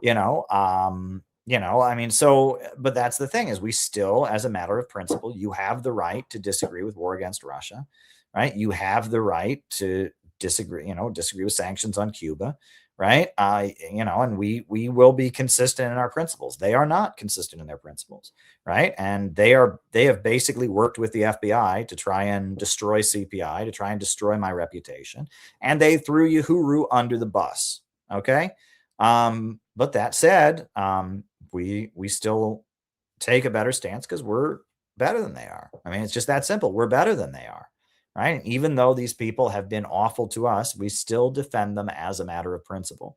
Even though they offer no such charity to us, doesn't matter, right? We are supporting them as a matter of principle, not as a matter of, personal taste, right? It's not up to us, ultimately, and that's just the correct stance to take. And it's unfortunate that other people can't behave in a principled way. I remember when the FBI, right after Obama took office, it was in 2010, the FBI raided the homes of the Freedom Road Socialist Organization. And I remember after that happened, there were protests. We had a protest in Cleveland. Every one of these elderly peace activists came. And I was blown away. All these kind of, old hippie kind of people came out. And I was like, wow, all these people are marching for Freedom Road. But they were marching for Freedom Road because they had lived through the 60s, and they remembered COINTELPRO, and they remembered what it was like when people were and they remembered McCarthyism, and they remembered people being dragged to jail because of their political views, and they remembered the FBI coming to people's jobs and getting them fired. And they understood that if they can do it to Freedom Road, they can do it to any of us. And these old hippie Trotskyites that didn't believe in, hated Freedom Road, hated Stalin, they understood that, wow, what Obama's administration just did to Freedom Road, that's a threat on all of us, and they came out. And that is something that is really missing in the modern left, absolutely missing on the modern left. 1995, Mumia Abu-Jamal was going to be executed. And thousands of people filled up the streets of Philadelphia to say, no, this execution can't happen. Nowadays, if they wanted to execute Mumia, all they would need to do is start a Twitter rumor that he was transphobic, and half the left would want him killed. And the other half would think that would be jealous that he had more social media attention than they did. I mean, it's really sad, the lack of solidarity. It's this individualism. Look, we have to build illiberal movements, right? It's like, look, I'm not a Krishna, but what that long video you watched was people engaging in an activity that transcends the self and makes them part of a group. They're all chanting the same words and all of that, and they're building some kind of movement. And a movement is what changes the world, not individuals just feeling certain ways. It's building a movement. And that's why the organization is the most precious thing. And you must be loyal to the organization as the organization. Even if the organization makes mistakes, fight to make it better. Even if the organization, lets you down or could do better, struggle to make it better. But you must be loyal to the organization as a project. That's what the neocons couldn't understand when they broke with the Socialist Workers' Party. If you read The Struggle for a Proletarian Party, the rant against the neocons, they were not loyal to Trotskyism as a project. They were interested in it intellectually, but they were not loyal to it. And James Cannon and his struggle for a proletarian party, and this comes up, and this is one of the important lessons in my history of the neocons when I talk about their break with Trotskyism. What Trotsky said is these people are not loyal to our movement. They're only loyal to their own individual whatever, and they are maybe intellectually interested in this, and they think it'll advance their career, but they're not loyal to the project. They don't have party patriotism. We need to cultivate movement patriotism, party patriotism. People need to hold up institutions, hold up organizations, and not have this mindset that it's just about how internet famous I can become or who's what. We need to be loyal to the project. Right now I've got all these libertarians, the Mises Caucus literally just retweeted my video, of my RT report on the Rage Against the War Machine event. Now, the Mises Caucus, can you think of somebody who disagrees with me more about economics than the Mises Caucus? Can't think of anybody, but they understand that they had an event. They're trying to build a movement, and I supported their event, and they're tweeting out my video right now, a matter of principle. Whereas there are loads and loads of communists who might agree with me that would never tweet out Caleb, because I'm competition, because I'm the internet says he's bad. And I'm just telling you, this is the problem. We need party patriotism. We need organizational loyalty. And it's just it, and that's what is missing. That is what is strongly missing in our time. And we have to cultivate that. And that's why I'm not on here trying to win the internet. I'm on here understanding that we need to build a movement. We need to build a movement. And that if you want to find happiness, you can find it in a movement. That's where you will find it. You will not find it in trying to be right on the internet. Thank you for this. I appreciate the $20. Maybe you meant to send a question with it. Feel free to follow up with your question. I do appreciate that. Other than Ken McLeod's hagiographic sci-fi, the Russian Trotskyist series was my only info on the figure. What's your take on its veracity? I only watched a couple episodes of it. So I couldn't really get into it. I'll just be honest. I couldn't really get into the Russian Trotsky series. It didn't seem to, I don't know. I mean, I just couldn't get into it. I mean, there's just not much more to it than that. I started watching it. I watched a couple episodes and I was just like, okay. I mean, it just didn't speak to me. It just didn't speak to me. I don't know what, I just, I maybe it was intended for a Russian audience or something. I just couldn't get into it. Thoughts on Pope Leo being an American Pope? Well, here's the thing. I'm not Catholic, but, my understanding is the Catholic Church is changing a lot right now because this is the first time in history that the Catholic Church has not been a primarily European institution. The overwhelming majority of Catholics in the world are not white and are not in Europe. And the Catholic Church is changing a lot because of that. the Catholic Church tends to follow the politics of the European mainland, not the British. Sometimes it aligns with the British, but it tends to not follow the politics of the British, but of France and Germany and Italy. It tends to, and I believe it's funded by the governments of France and Germany and Italy, if I'm not mistaken, and Spain, countries where it is still the state religion, tax money funds it.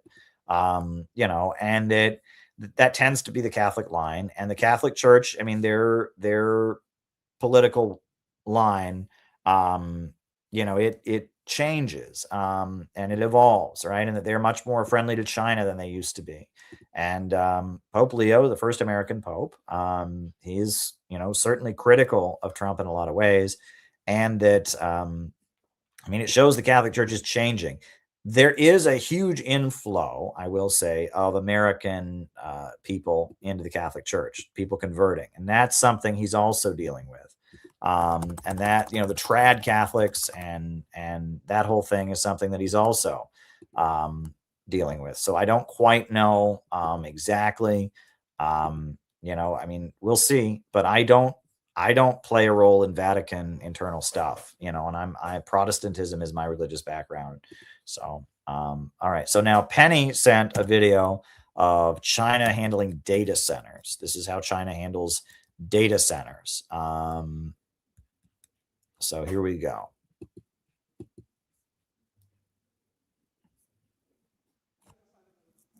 As the march of AI data centers continues in countries around the world, Chinese companies that make liquid cooling systems are seeing sales heat up. Liquid cooling is an all-around, more efficient way to cool heat-producing computers at AI data centers and is rapidly becoming a preference to air conditioning, which takes up space and uses lots of energy.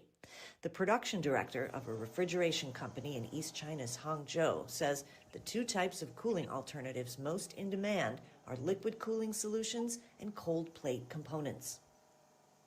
In the first quarter, our liquid cooling output exceeded the total production of 6 months of last year, reflecting surging market demand. The strongest demand is for two areas: distributed computing liquid cooling solutions and cold plate components. Chinese companies that make coolant say their product is just a quarter of the price of imported products. And since data centers are continuously upgrading, Chinese companies that make coolant are planning ahead to meet the expected demand. AI computing data centers are defined by rapid iteration, with computing power rising 3 to 5-fold each year, which requires us to keep pace with that speed. According to China Galaxy Securities, the country's liquid cooling market for AI computing centers is expected to reach about $2.9 billion by the end of the year.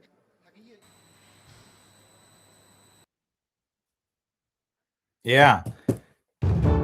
A range of key core technologies remain in the hands of a few countries, constraining the development of many others. Sometime I have met a scientist from HAL. HAL said they are not able to get a continuous source of acrylonitrile good quality, and they did not get that high quality of carbon fiber at import from Japan. The binocular is very important for the defense, but in our best knowledge, the lens for this binocular is still importing from the Germany. If we could not develop those kind of advanced materials in India, obviously we are losing a lot globally. How can a country develop a key core technology when starting from nothing?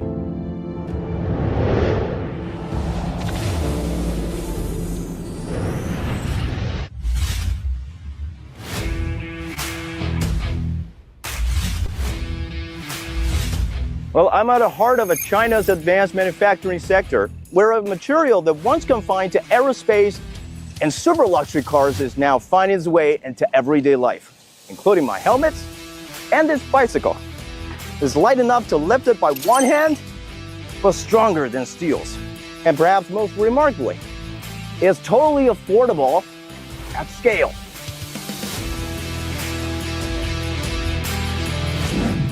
Known as the king of new material, carbon fiber is rapidly falling in price, and the secret lies in this factory.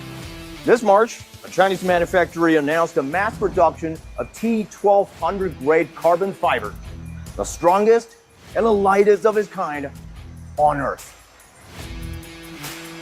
像我手里拿的就是我们的 T1200级的这个碳纤维，有手做这么粗的这个纤维就可以拉起80吨重的，相当于一架满载的C919的大飞机。Finer than a single human hair, it contains over 90% carbon. This fiber can withstand heat, pressure, and corrosion. From wind turbines to satellites, it is engineered for extremes. China is the first country to achieve mass production of this top-grade carbon fiber. But decades ago, it could not even produce T300, the entry-level high-end grade, at scale, and was cut off by international industry leaders. Around the year 2000, a strategic scientist wrote to the central leadership, elevating breakthroughs in the field to a matter of national will. 材料界的泰斗施参旭施院士说，我们国家还是碳纤维要立足于国内的自主供应，所以那个时候开始拉开了中国企业高度参与碳纤维产业化这样一个过程的一个序幕。Industrialization and fundamental research move in sync. Thousands of interconnected process points across the production line had to be precisely controlled, each tied to complex reaction inside the fiber. A small change in one setting could affect the fiber's final performance. Scientists cracked them one by one. 在产业化过程中，也是得益于我们原来先做的产业化，然后又倒回来去做基础研究。虽然我们从技术研究再到产业化的过程中，我们的这个速度就很快。Meanwhile, China's rapidly evolving industrial system also pushed the carbon fiber forward. T300 was broken through. From there, higher strength grades followed one after another. Well, the breakthrough is only the beginning. For new material and emerging technologies alike, the question is always the same. Where do they belong?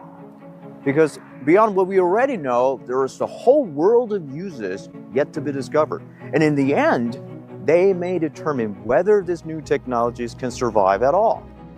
What role does the state and government play in shaping that future? 像我们那个残态大桥里面的那个拉锁，就用碳纤维做的，因为干柴它有强度的瓶颈，大概就2000多兆帕。像我们用碳纤维做，它其中可以做到3000多。This is the world's largest scale application of carbon fiber cables. Steel is gradually giving way to carbon fiber in infrastructure. 国家部委就通过项目的牵引，它来承担一部分的这个科研费用，来引导我们把新材料在新的工程里面应用，像碳纤维作为这个拉锁，然后呢再建立国家的这个标准和规范，然后呢这个行业就这样被培育出来了。China's strong manufacturing capabilities lower cost, and the benefits are global. 去年全年的碳纤维的消费量呢，大概是接近23万吨，其中风电叶片1个应用领域就用了10万吨。我们的很多风电叶片也是出口到欧美，去助推全球的这个能源的绿色化、可持续发展，成本的下降，能够让碳纤维更好的、更有力的服务到更多的应用场景里面去。Whether we're looking at carbon fiber, whether we're looking at ball bearings, even electric vehicles, it's really about the development and the optimization of an entire system. And again, what I would call the I-5 model, going from an idea that China must have self-sufficiency in strategic technologies to developing the institutions, the instruments, and then building the infrastructure, and then finally seeing the results like T1200. It was never in an effort of a single company, but in efforts of decades of collaboration between research, industry, and national policy. The mass production of T1200 was not because others slowed down, but because China kept moving forward, fast and with unwavering determination. All right. Okay. Now, a couple other Rumble rants have come in. There's a clip I cannot put on Instagram clips, Hempcar. I've told you this many, many times. You sent me a clip from Instagram. I cannot watch it. I cannot put it on here. So like, if you send me an Instagram clip, I can't play it. So don't like, you said, it says Castro kind of sounds like a Malthusian, like Obama in this segment. Okay, well, I'm sure there are times that Cuba has emphasized environmental stuff in ways that we might not agree with, but that's not, I mean, whatever. The Cuban Revolution enabled Cuba to grow, and they would like to grow more if it wasn't for the sanctions. Penny says, I saw a 60 Minutes interview with Deng Xiaoping. After he explained that he was the servant of the people, the interviewer ended by saying Deng was the butcher of Beijing. Explain. Well, that's a reference to the so-called massacre at Tiananmen Square that never happened, right? That there's this myth that, in 1989, there was anti-government protests in Beijing, and the students ended up peacefully dispersing, and then there was like an armed battle in the capital. But the narrative that American media has gone with, that we all have been told for the past year, and that I grew up with, that these students were peacefully assembled, and then the Chinese government ran them over with tanks and killed them all in a ruthless fit of rage. That didn't happen. I've written articles about how that just is not reality. But regardless, a lot of people believe that, right? That, this Tiananmen massacre thing, it's a big part of the anti-China propaganda. There was a battle in Tiananmen, in Beijing, after Tiananmen Square was cleared, but they didn't kill the protesters. And there's, the WikiLeaks cables have now confirmed that. I mean, they're just that narrative of the students assembled peacefully in Tiananmen Square and then were all killed by the evil commies. That just didn't happen. And I've talked about it many times on these streams, but yeah, that's what that's a reference to.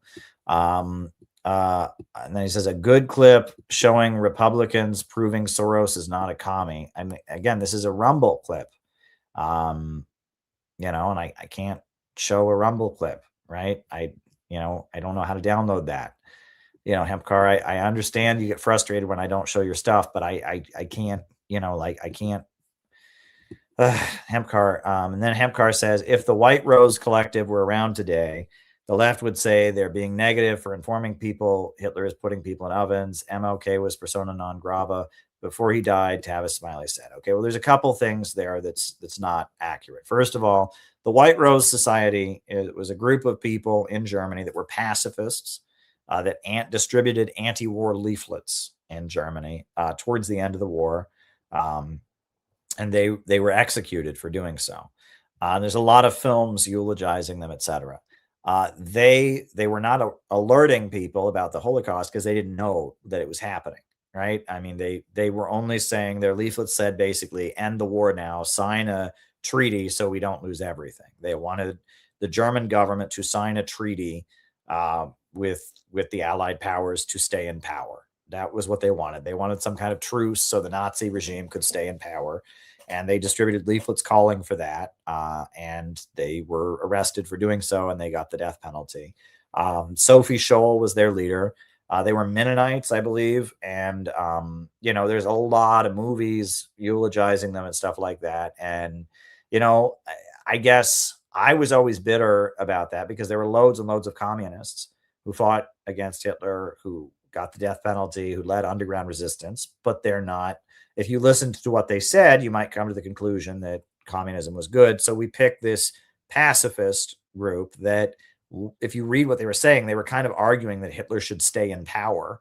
They're just arguing that, he should sign a treaty. And I mean, it's not to say they weren't heroic for at least, opposing what the Nazis were doing, but there's kind of this Western glorification of them, while they ignore, like, a lot of Americans don't even know that the main people fighting Hitler were communists, right? It's like in America. And one of these Sophie Scholl movies I saw just made my head want to explode. But it was like during the Bush years, they made a movie about the life of Sophie Scholl.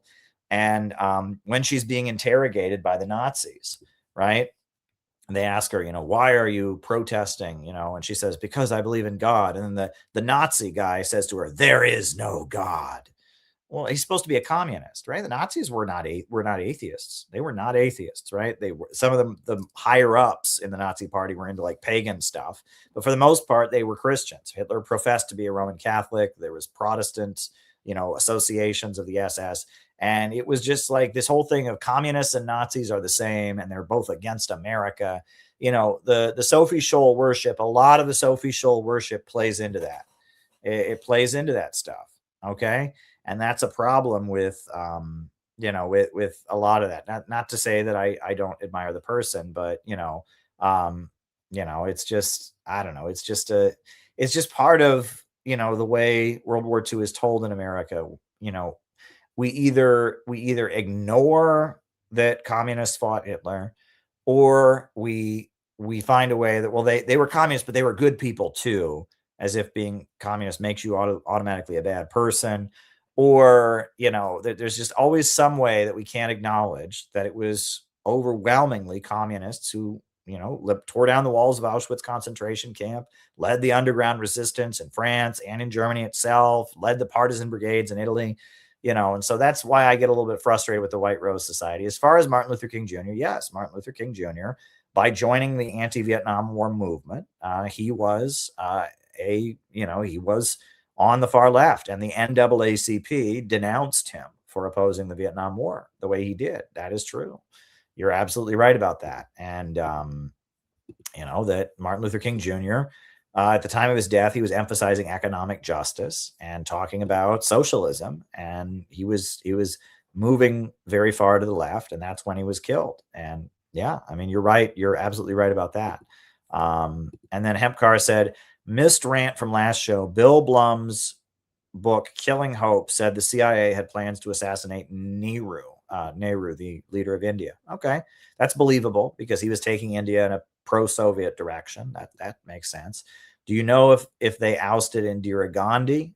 I don't know enough about Indian history to know if they ousted Indira Gandhi. That was Gandhi's daughter, who was the prime minister of India, the first woman prime minister of India for a long time. I believe Lyndon LaRouche actually really admired Indira Gandhi and met with her and had a relationship with her, which is interesting. But yeah, Nehru was a much more pro-Soviet figure within the Congress Party of India. So yeah. And then there were 2 super chats that came, and then somebody else bought a coffee. So, hey, great. So I guess the coffee question is, do you think Peru will elect Sanchez as their next president?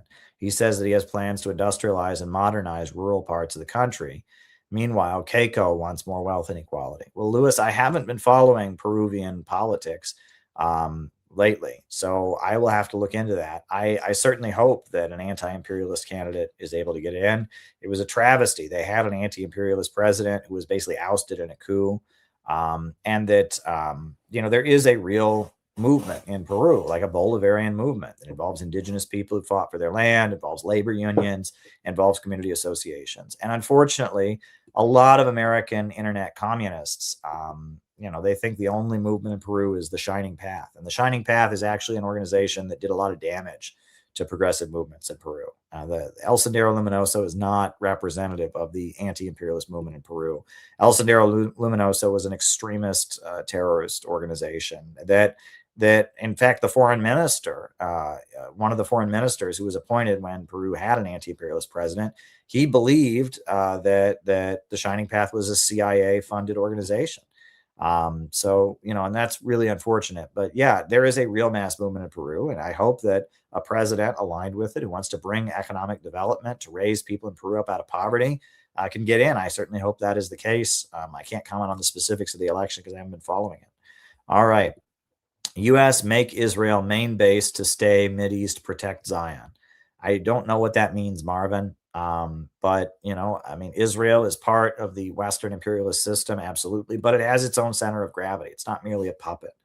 You could say it was that in the 50s and 60s when it was first formed. At this point, I would say Israel has a way of moving and nullifying and influencing U.S. policy. So it's not that simple. But yes, the USA, U.S. military operations in the Middle East are largely done in the service of Israel, and Israel is an outpost of the Western imperialist system.